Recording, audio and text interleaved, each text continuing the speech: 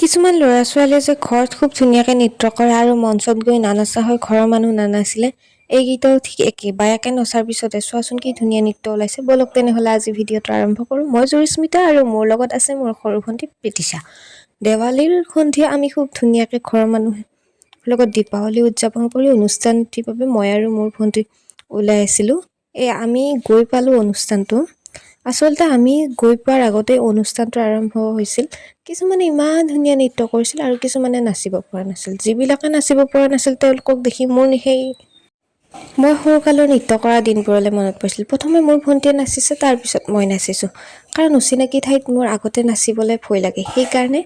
মই মোৰ ভণ্টিকেই নাচিব দিছোঁ মোৰ নৃত্যটো ভাল পাই মোক আকৌ তাৰ মানুহসকলে আৰু এটা নৃত্য কৰিবলৈ বাৰে বাৰে অনুৰোধ কৰি আছিল কিন্তু আৰতি অনুষ্ঠান আৰম্ভ কৰাৰ বাবে কিছু সময়ৰ বাবে নৃত্য স্থগিত ৰাখিবলগীয়া হয় আৰতিৰ পিছত মই আকৌ নাছিলোঁ এইবাৰ পিছে এটি আধুনিক নাছিলোঁ এনেকৈ নাচি থাকোঁতে হঠাৎ এজন মানুহ ষ্টেজলৈ উঠি গৈ মোক 100 টকা এটা গুজি দিলে